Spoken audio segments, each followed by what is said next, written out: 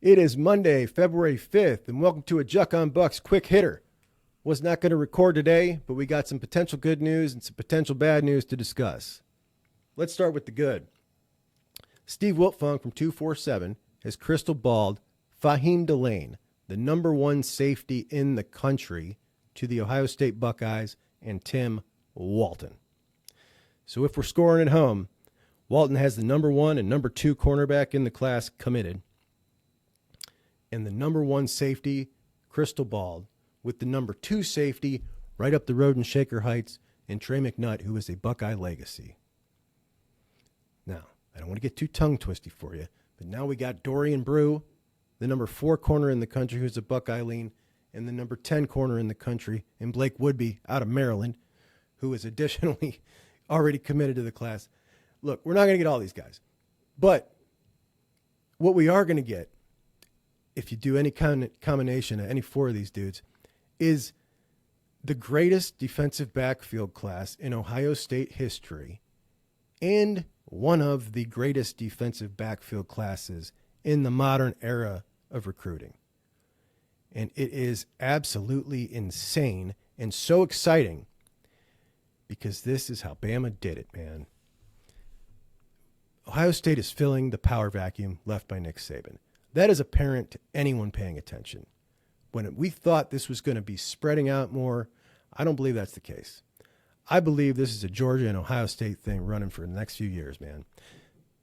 When you get this rolling in these kind of classes, and then you show it on the field the next year defensively, which they will, we know that defense is going to show it, it's just going to keep rolling.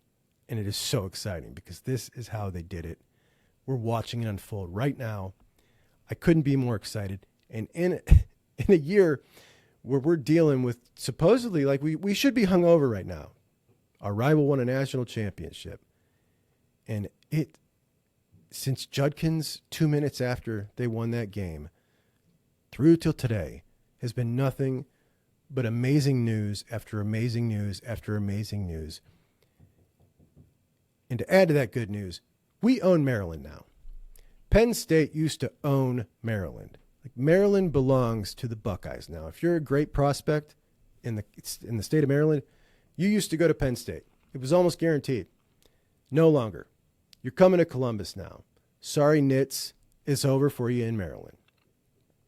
The potential bad news, the Boston Herald reported today that Bill O'Brien was very close to a deal with Boston College for the head coaching position, taking over for Jeff Hafley, former Ohio State defensive coordinator who left us after 1 year in 2019 to go take the Boston College job. Not the greatest thing to do, kind of classless. You usually want to stay for 2 years, but whatever, he did what he had to do. Now it appears like Bill O'Brien is going to do what he's got to do after 2 weeks on as the offensive coordinator. And Boston College has now stuck it to the Bucks 2 times, which is an amazing thing to think about. Well,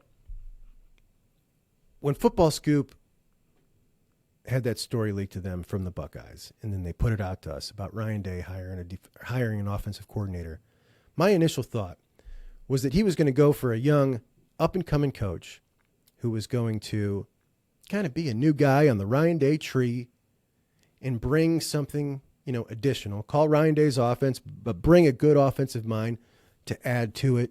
Someone who was going to grow in the ranks. He didn't decide to go that route. He decided to go the old steady Eddie route.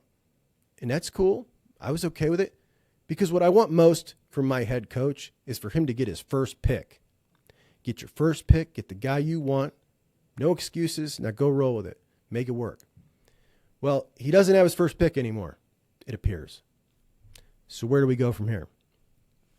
Where does he go? We're hearing Chip Kelly, hearing a couple other names. I think it'd be foolish to even speculate at this point because who could have possibly seen this coming? The sport we love is insane. It's insane.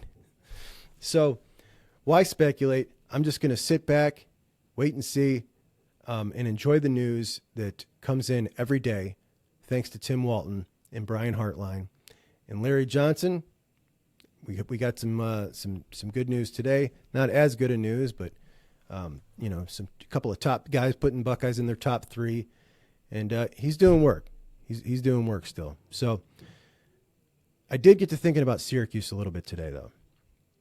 I was thinking about Syracuse because Boston College is kind of a similar program. Syracuse hired Fran Brown from Georgia. He's young. He's exciting. He's going to be a great recruiter. He's already recruiting good. They brought in a bunch of transfers, and there is energy around the Syracuse program like there has not been in forever. Look, a decade and a half, right? Now, there was a little energy under Dino Babers for a little bit, but not like this. And I'm thinking about Boston College, a similar program. Now, they have an interview with Al Washington. Al Washington, of course, Columbus native, Ohio State linebackers coach, now at Notre Dame, coaching defensive line. He's got an interview. He's kind of similar to Fran Brown in quite a few ways. He's young. He's a stud. He's got energy. Young dudes love him.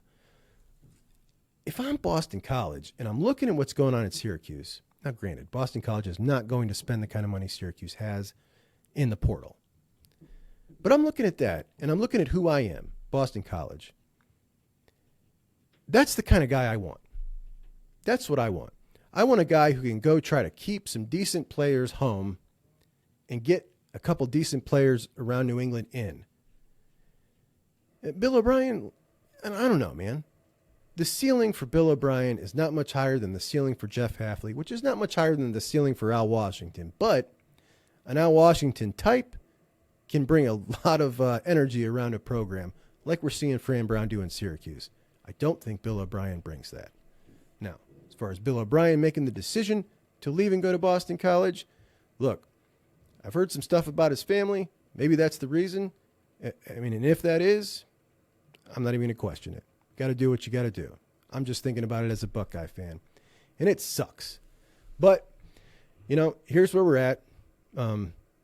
Everything's great. And if that's the worst of our problems, I think we'll be just fine. So that's all I got today. I did want to let you guys know that I started this project last week, goofing around with my kids. And I said I was going to do it. So here I went ahead and did it. And I got 100 subscribers. Now, probably half of them are my family and friends, but I think that's pretty awesome that somebody actually wants to listen to me do this. So I'm going to keep going, and I want to get better at it so that, to show you I appreciate it. And I really do. I think it's amazing. So thank you very much. Please like, please subscribe. I'll keep bringing you Juck on Bucks, and I'll talk to you soon. Thanks. Have a good one. Bye.